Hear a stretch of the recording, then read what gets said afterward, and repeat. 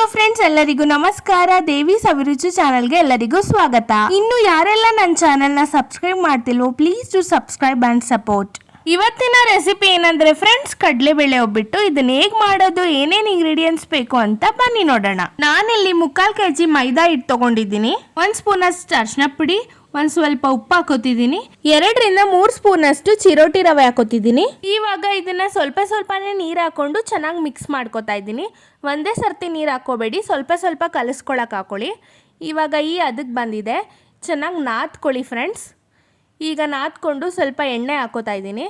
ನಾನು ಎಷ್ಟು ತೋರಿಸ್ತಿದ್ದೀನಿ ಅಷ್ಟು ಎಣ್ಣೆ ಹಾಕೊಳ್ಳಿ. ಎಣ್ಣೆ ಹಾಕೊಂಡು ಮತ್ತೆ ನಾದ್ಕೊಳ್ಳಿ ಚೆನ್ನಾಗೆ. ಫ್ರೆಂಡ್ಸ್, ನೀವು ಎಷ್ಟು ನಾದ್ಕೋತೀರಾ ಅಷ್ಟು ಸಾಫ್ಟ್ ಆಗಿ ಬರುತ್ತೆ. ಇದಕ್ಕೆ ಮೇಲೆ ಸ್ವಲ್ಪ ಚೆನ್ನಾಗಿ ಮುಳುಗುವಷ್ಟು ಎಣ್ಣೆ ಹಾಕಿ ಒಂದು ಪ್ಲೇಟ್ ಕ್ಲೋಸ್ ಮಾಡಿ 4 ಅವರ್ ನೆನೆಗೆ ಬಿಡ್ತಿದ್ದೀನಿ. ಒಬ್ಬಿಟ್ಟಿನ ಹೂರಣ ಮಾಡ್ಕೊಳ್ಳೋದಕ್ಕೆ 1 kg ಅಷ್ಟು ಕಡಲೆಬೇಳೆ ತಗೋತಿದ್ದೀನಿ.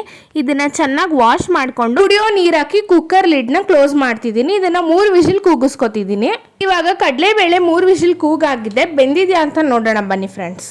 ನೋಡ್ತಾ ಇದ್ದೀರಲ್ಲ, ಕಡಲೆಬೇಳೆ ತುಂಬಾ ಚೆನ್ನಾಗಿ ಬೆಂದಿದೆ. ನಾನು ವಿಡಿಯೋದಲ್ಲಿ ತೋರಿಸ್ತಿದ್ದೀನಲ್ಲ, ಇಷ್ಟು ಬೇಯಿಸ್ಕೊಂಡ್ರೆ ಸಾಕು ನೀವು. ನಾನಿಲ್ಲಿ 1 kg ಅಷ್ಟು ಬೆಲ್ಲನ ಚಚ್ಕೊಂಡು ತಗೊಂಡಿದ್ದೀನಿ. ಒಂದು ದಪ್ಪದು ತೆಂಗಿನಕಾಯಿನ ಪೂರ್ತಿ ತುರ್ಕೊಂಡಿದ್ದೀನಿ.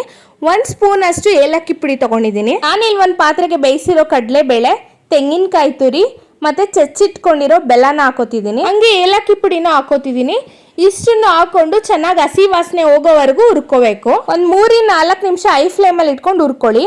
ಇವಾಗ ನೋಡಿ, ಈ ತರ ಕನ್ಸಿಸ್ಟೆನ್ಸಿಗೆ ಆಯ್ತು. ಇವಾಗ ಹಸಿ ವಾಸನೆ ಎಲ್ಲ ಹೋಗಿದೆ. ಈ ತರ ಬಂದಿದ ತಕ್ಷಣ ಸ್ಟವ್ ನ ಆಫ್ ಮಾಡ್ಬಿಡಿ. ಇವಾಗ ಹುರ್ಕೊಂಡಿರೋಂತ ಕಡಲೆಬೇಳೆ ಆರಿದ್ಮೇಲೆ ಮಿಕ್ಸಿ ಜಾರ್ಗೆ ಹಾಕೊಂಡು ಬರೀ 1 ಸುತ್ತ ಆಡಿಸ್ಕೊಳ್ಳಿ, ನೀರ್ ಹಾಕೋಬೇಡಿ. ಇವಾಗ ಮಿಕ್ಸಿ ಮಾಡ್ಕೊಂಡಿರೋಂತ ಹೂರ್ಣ ರೆಡಿ ಆಗಿದೆ. ನೀರ್ ಹಾಕೊಳ್ದೇನೆ ಈ ತರ ಆಡಿಸ್ಕೋಬೇಕು ನೀವು. 4 ಅವರ್ ನೆನ್ಸಿಟ್ಟ ಮೈದಾ ಹಿಟ್ಟನ್ನು ರೆಡಿ ಆಗಿದೆ ನೋಡಿ, ಫುಲ್ ಸಾಫ್ಟ್ ಆಗಿ ಬಂದಿದೆ. ಇವಾಗ ಒಂದು ಬಟರ್ ಶೀಟ್ಗೆ ಮೈದಾ ಹಿಟ್ಟು ತಗೊಂಡು ಒಬ್ಬಿಟ್ಟಿಗೆ ತಟ್ಟದ ತರ ತಟ್ಕೋತಿದ್ದೀನಿ. ಈ ತರ ತಟ್ಕೊಂಡು ಸ್ವಲ್ಪ ಮಧ್ಯದಲ್ಲಿ ಹೂರ್ಣ ಹಾಕೊಂಡು ಅದನ್ನ ಫುಲ್ ಕವರ್ ಮಾಡ್ಕೊಂಡು ನಾನು ವಿಡಿಯೋನಲ್ಲಿ ತೋರಿಸ್ತಿರೋ ರೀತಿಲಿ ತಟ್ಕೋಬೇಕು.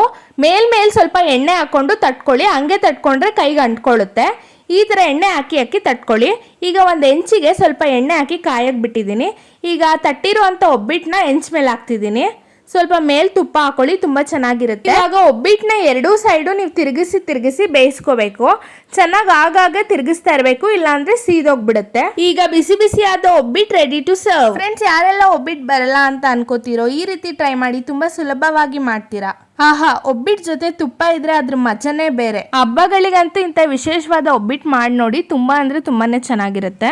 ಬಿಸಿ ಆದ ಕಡಲೆಬೇಳೆ ಒಬ್ಬಿಟ್ಟು ತುಪ್ಪದ ಜೊತೆ ಸವಿಯಲು ಸಿದ್ಧ. ಫ್ರೆಂಡ್ಸ್, ನೀವು ಒಮ್ಮೆ ಟ್ರೈ ಮಾಡಿ ಹೇಗಿತ್ತು ಅಂತ ಕಮೆಂಟ್ಸಲ್ಲಿ ತಿಳಿಸಿ. Thank you for watching. Tata, bye.